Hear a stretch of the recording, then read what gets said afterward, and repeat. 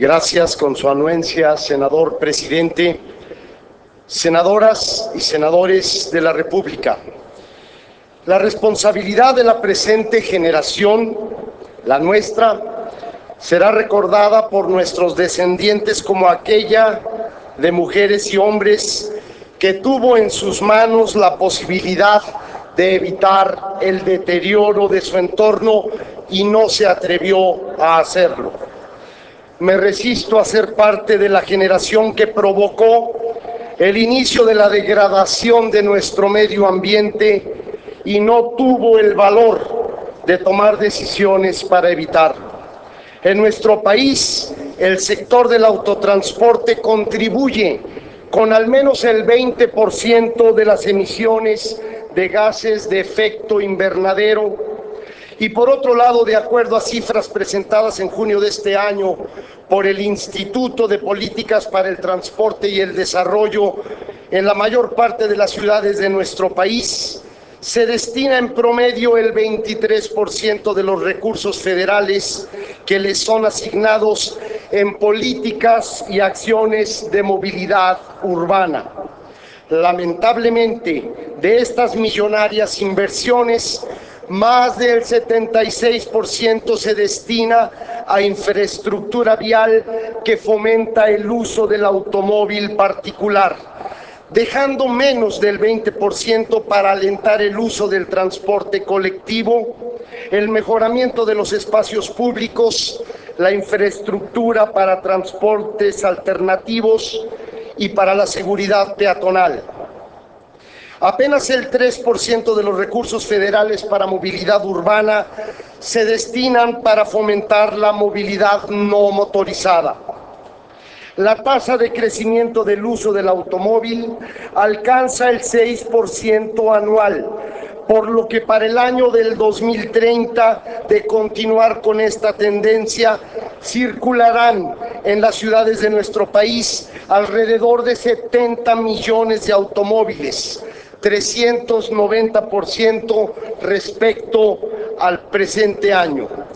4 son los factores propulsores del uso del automóvil particular. Primero, los falsos bajos costos del uso de los autos particulares, producto de los subsidios a los combustibles fósiles y la utilización de espacios públicos para estacionamientos.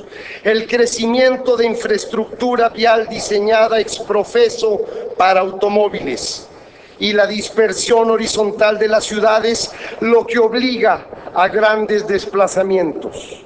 La escasa o nula política del estímulo al transporte público y de transportación alternativa para desalentar el uso del automóvil individual o particular. En síntesis, las consecuencias de la errónea planeación de políticas públicas en materia de autotransporte provocan, primero, efectos en el cambio climático o contaminación global. El 23% de las emisiones de los gases de efecto invernadero son producidas por el sector del autotransporte y de este el 93% corresponde a vehículos automotores de pasajeros.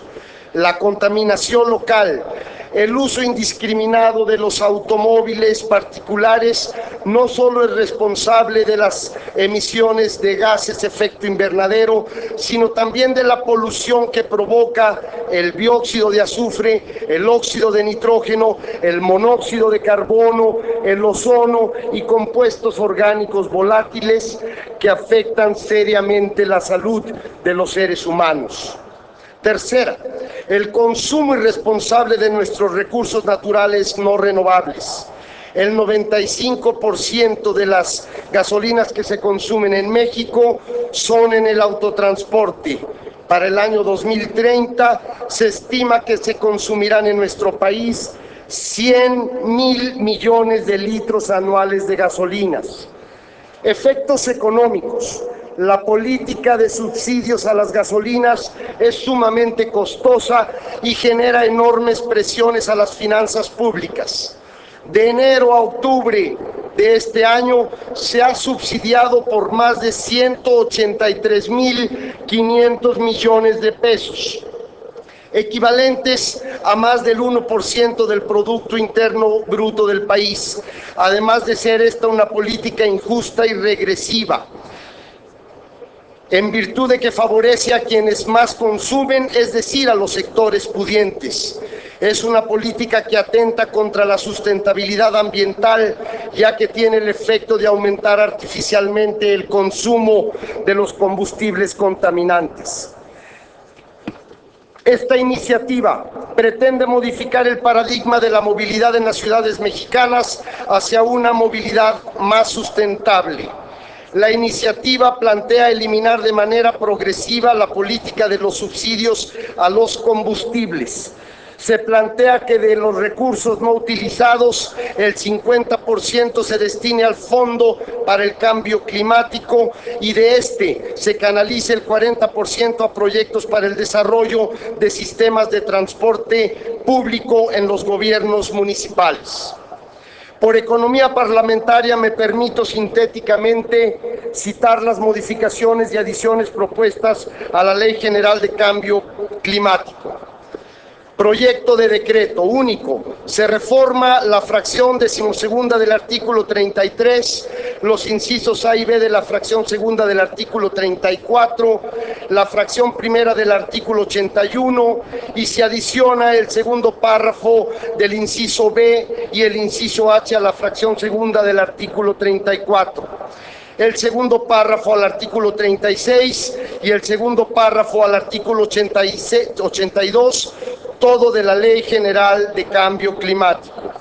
Solicito, señor presidente, sea incluido el texto íntegro de la iniciativa en comento en el diario de los debates, al tiempo de pedirle respetuosamente se turne esta iniciativa a la Comisión de Cambio Climático para su respectiva opinión. Por su atención, muchas gracias. Es cuanto, presidente. Muchas gracias.